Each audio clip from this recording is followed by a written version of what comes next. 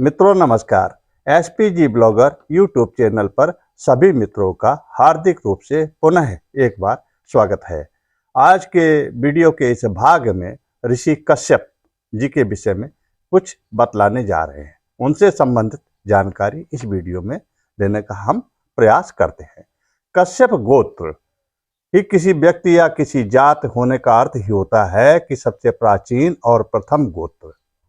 हमें जहाँ तक जानकारी है कि जो कश्यप जी के जो 7 गोत्रों में गोत्र का स्थान है वो प्रथम स्थान है। कश्यप गोत्र ही सबसे बड़ा और सबसे प्राचीन गोत्र है, जिसके अंतर्गत सभी जीव जंतु और पृथ्वी पर जितने भी जीव जंतु उत्पन्न हुए हैं सभी की उत्पत्ति का जो श्रेय है वो कश्यप गोत्र या उनको ही पितामह माना गया है। प्राचीन समय में सर्वप्रथम 7 गोत्रों के बारे में और अपना जैसे शतपथ ब्राह्मण है, महाभारत है, अन्य पुराण है, उनमें जो जानकारी प्राप्त हमें होती है तो उसमें 7 जो सप्त ऋषि कहे गए हैं उसमें कश्यप, अत्रि, वशिष्ठ, विश्वामित्र, गौतम, महर्षि जमदागिन और गुरु भारद्वाज। तो लेकिन यहाँ पर सबसे बड़े और अति प्राचीन गोत्र कश्यप जी के विषय में थोड़ी सी हम जानकारी देने का प्रयास करते हैं। ऋषि कश्यप जी को सभी पृथ्वीवासी जीवों का पूर्वज कहा गया है। उनकी व्याख्या कुछ इस प्रकार से है। विष्णु पुराण के अनुसार ऋषि कश्यप के प्रजापति दक्ष के द्वारा 13 बेटियों के विवाह हुए। कहीं कहीं 17 बेटियों का विवाह का जिक्र है, लेकिन हम 13 का ही विवरण यहाँ पर देते हैं, जिनका विवरण कुछ इस प्रकार से है। पृथ्वी में दिखाई देने वाले हर जीवित प्राणी की उत्पत्ति का जो माध्यम है इन्हीं 13 पत्नियों से बतलाया गया है।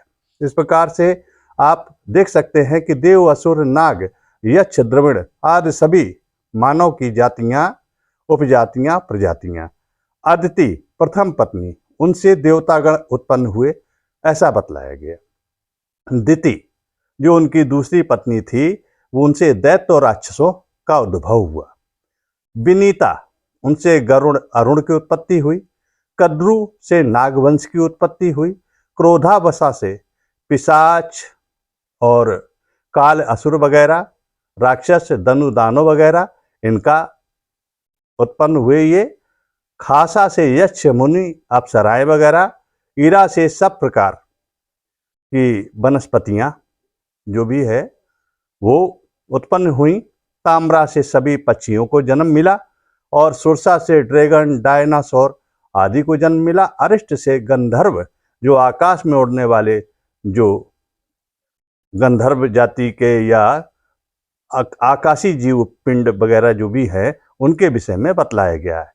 इस प्रकार से अगर देखा जाए तो पता चलता है कि पृथ्वी के सभी प्राणी, चर अचर आदि की उत्पत्ति का जो माध्यम ऋषि कश्यप और उनकी 13 पत्नियां जो प्रजापति दक्ष की बेटियां थीं उनसे उत्पत्ति मानी जाती है।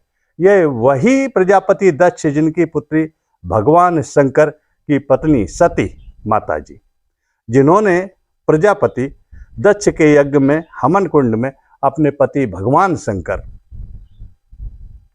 को निमंत्रण न देने के कारण अपने प्राणों की आहुति दे दी थी। परिणाम स्वरूप दक्ष शिव के कोप का भाजन हुए थे। भगवान शंकर ने क्रोध में आकर महातांडव करते हुए दक्ष का सब कुछ तहस नहस कर डाला था। कश्यप ऋषि एक वैदिक ऋषि थे। इनकी गणना सप्त ऋषियों में हिंदू मान्यता के अनुसार इनके वंशज ही सृष्टि के प्रसार में सहायक हुए। कश्यप गोत्र की कुलदेवी माँ योगेश्वरी को माना जाता है। यह गोत्र इतना व्यापक और बड़ा है कि जिनके गोत्र का पता नहीं चलता है उनका गोत्र कश्यप मान लिया जाता है। सभी जीवधारियों की उत्पत्ति कश्यप से ही मानी जाती है।